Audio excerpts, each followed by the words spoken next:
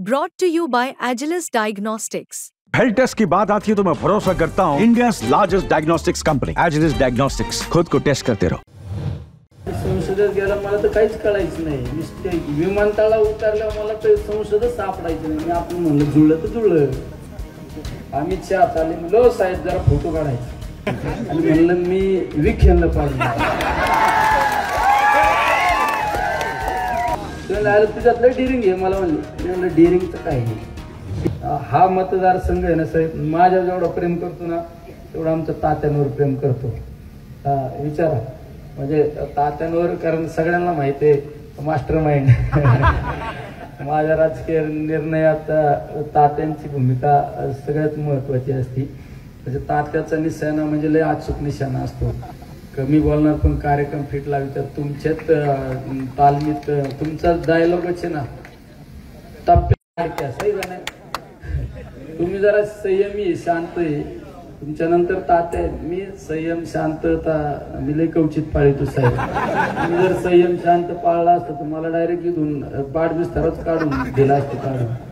आता तुम्ही बरोबर शोधलं ना आम्हाला साहेबांनीच सुरुवात करून दिली बरं का। मला गोडी गोडीत मला वाटतं साहेबांचं लयच प्रेम आहे मला। इकडे जरा विधान अधिवेशन चालू म्हणलं काय साहेब जरा लोकसभेचं काय करायचं म्हणलं तुम्ही एवढा मोठा आहे का जरा लढावं लागेल ना। मी म्हणलं साहेब मला नाही जुळायचं। हो साहेब म्हणलं मला नाही जुळायचं साहेब। त्यांनी का बरं तुलाच जुळणार आहे? म्हणलं माझी लय अवघड परिस्थिती। त्यांनी काय म्हणलं मला विमानात जाण्यापासून अडचणी म्हणलं ते विमानाचं आपलं टायमिंगचं कधी जुळत नाही। टायमिंगचं ना आपलं जुळत नाही, टायमिंगचं आपलं जुळत नाही आणि ते 1000 ठिकाणी चेक करतात काय आपण गुन्हेगार आहे का? मला काय पाठवू नका। आणि संसदेत गेला मला तर काहीच कळायचं नाही। नुसते विमानतळाला उतरल्यावर मला तर संसदच सापडायचं नाही। मी आपण म्हणलं जुळलं तर जुळलं। म्हणजे त्यांना वाटलं त्यांनी ओळखलं नाही म्हणलं ते मला माहिती तू कसं। त्यांनी साहेबांना आमची तक्रार केली आणि यांनी बरोबर मला फसवून नेलं। त्यांना माहित होतं शोधलं होतं। ते म्हणले याला कार्यक्रम इंजेक्शन परफेक्ट देऊ शकतो ना आमच्या महबूब भाईच्या भाषेत तर निलेश लंकेत देऊ शकतो। त्यात दुसऱ्याचं इंजेक्शनच लागू नसतं पडलं खरं।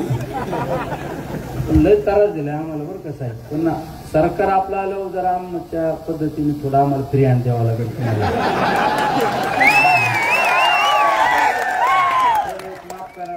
खरंच माफ करा लय। आता माझा सगळा तुम्हाला त्रास सांगितला ना तुम्ही सुद्धा म्हणता कसं त्रास, पण आम्ही उघड नंगाड होतो जरा थोड्या म्हणून जुळलं। आमचं कसं जुळलं तर जुळलं नाही तसे आहे का नाही।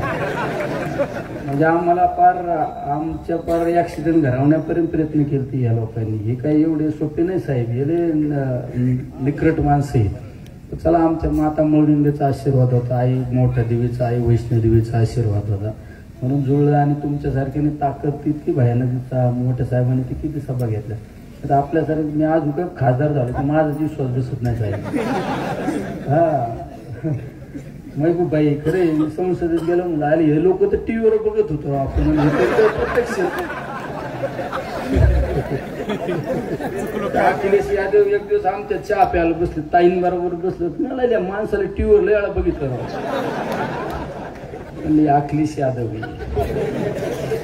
जे टीव्हीवर बघत होतो ते आमच्या बरोबर बसायला मिळालं ते तुमच्यामुळं। राहुल गांधी आम्ही टीव्हीवर बघायचो माग पुढं बॉडीगार्ड पोलीस लोक ताफा। मी एक दिवस आमच्या इकडलेच लोक आले मला म्हणले अरे यांच्या बरोबर फोटो जुळन का? मी पाहिली होतो राहुलजी जरा फोटो काढायचे ते थांबले। त्यांना वाटलं अरे याचीच छाप झाली इकडे। एक दिवस तर किस्सा सांगतो तुम्हाला आपल्या अमित शहा साहेबांचा। आम्हाला तुमच्यामुळे आम्ही इकडे जरा शिकलो होतो ना 5 वर्ष विधान भवनात। आम्ही ते लॉबीत थांबलो होतो तिकडून ते काळ्या कपड्यावाले गार्ड लोक आपल्याकडे पोलीस असतात आणि तिकडे काळ्या कपड्यात इथं पण असतात सफारीवाले ते आले व्हा बाजूला आम्हाला कोणतरी आलाय बरं का मासा। आम्ही बघत होतो अमित शहा, मी आपले भगरे गुरुजी होते, बजरंग बाप्पा होते आणि कल्याण काळे होते। यांच्यात तसा थोडा अनुभवीच आहे ना। मी पहिल्यांदाच येत ना, पण मी पहिलं 5 वर्ष तुमच्या तालमीत आमदार होतो। आता खासदार यांना म्हणलं जरा फोटो काढायचे कसं काय जुळण राव आपलं। मी म्हणलं थांबा तुम्ही काय काळजी करता। अमित शहा चाले म्हणलो साहेब जरा फोटो काढायचा आणि आपले हे कल्याण काळे हेच होते म्हणलं फोटो काढायचा त्यांनी या ना। त्यांना ओळख करून दिली मी, म्हणजे आमचे बजरंग बाप्पा आहेत हे पंकजाताईंना पाडून आले. हे आमचे भगरे गुरुजी आहेत म्हणलं, ते भारती पवारांना पाडून आले. आणि आमचे काळे साहेब आहेत ते रावसाहेब दानवेंना पाडून आले. आणि म्हणलं मी विखेंना पाडून आले. ते मला अरे या फोटो काढायला, आमचा एक फोटो नाही का व्हायरल झाला. ते म्हणलं तुझ्यातलं डिरिंग आहे. मला म्हणलं डिरिंगचं काय आहे, हे पण 21 लाख लोकांतून निवडून आलोय. आपण काय मागच्या दाराने आलो का? आपण पण 21 लाख लोकांतूनच निवडून आलोय. यांचं उगं बहुमत झाले 5-25 खासदार जे असाले म्हणून यांच्या मागे पुढे लोक हिंडत यात. आपलं बहुमत झालं असतं तर आपल्या पण मागे पुढे लोक हिंडले असते. पण हे थोड्या दिवसात आपल्या पण मागे पुढे हिंडतात ना. तुम्ही काय काळजी करता? म्हणजे शेवट हे सगळे दिवस पाहायला मिळाले साहेब तुमच्यामुळं.